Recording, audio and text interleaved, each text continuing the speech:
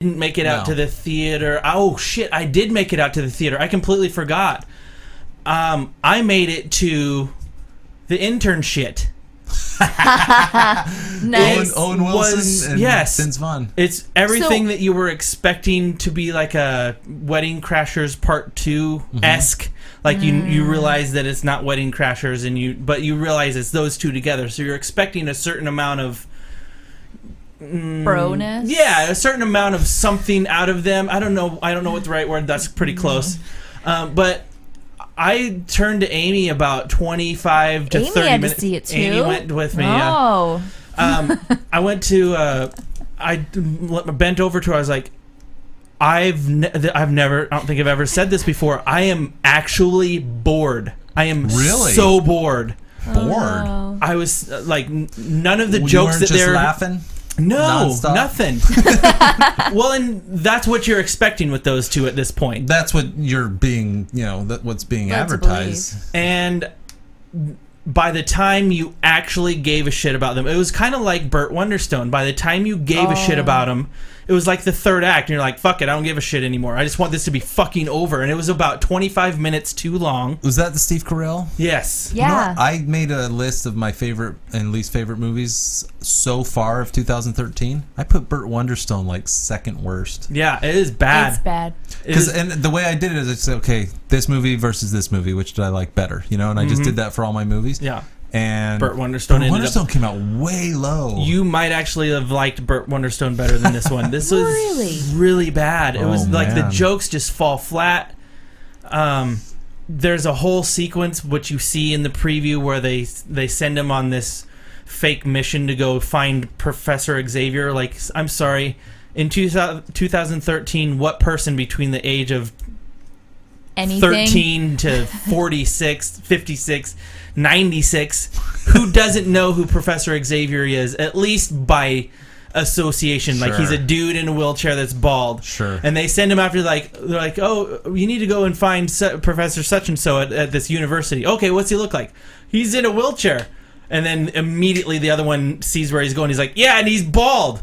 And then the other one chimes in. He's like, yeah, and he also just keeps on piling on. And finally, you're like, okay, funny. But then they get there and they don't realize what's going on. It's so bad. It was so terrible. And you make an interesting point. There's this. There used to be a joke about nerds, like in movies like Revenge of the Nerds and stuff, that only nerds knew that kind of comic book pop culture stuff. Yeah.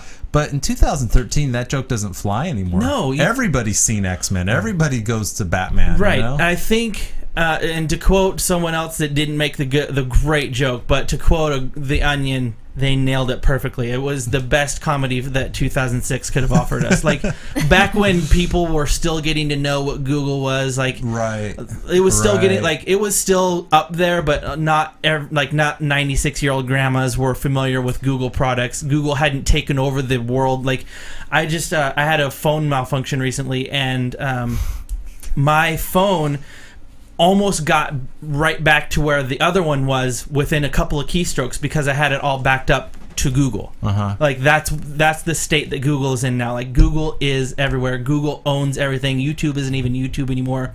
I mean, it is in name, but it's owned by Google. That was a great move on their part. In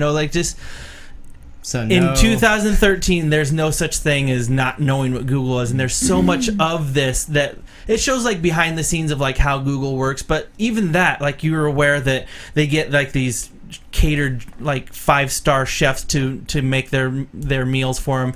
You might not know that they have nap pods, but you realize that you can, like, go and take a nap at Google. Like, there's there's rumors that you've heard that you've pretty much are aware of by now, and they're trying to push Google onto us like nobody knows what it is. I heard it was kind of an advertisement for Google. Basically. Like a 2-hour advertisement. It basically, as of right this moment, shows some things that Google is able to do. Do people still need to advertise Google at this point? Not really, because Google is... Like, Google's a noun now. Once you become a noun... Yeah, Google it. Yeah, you Google it. Yeah, you don't search for it, you Google it. I always like to say to my students... Gonna Bing it? Just Bing it. Because they all look at me like, holy cow, this guy's using Bing. Just go to Google and Bing it. Yeah, totally. Yeah, go to Google and search Bing.com and you'll come right up. It was bad. Don't go to it. Don't even rent it unless you want to see how bad it was. Okay.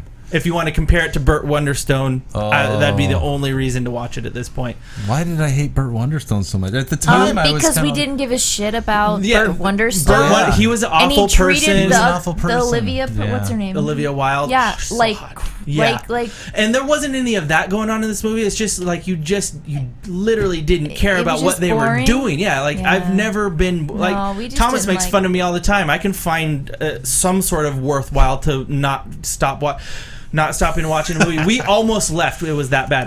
I don't leave movies, and this was at the Dollar Theater, and so like you just suffer through it. And I wanted to leave. I really wanted to leave, and I hated it so bad that I forgot that I saw it. That's how bad it was. Like you asked me what I watched this last week. I gave you something from Netflix that I watched because I'm like I hadn't been to the movies in the last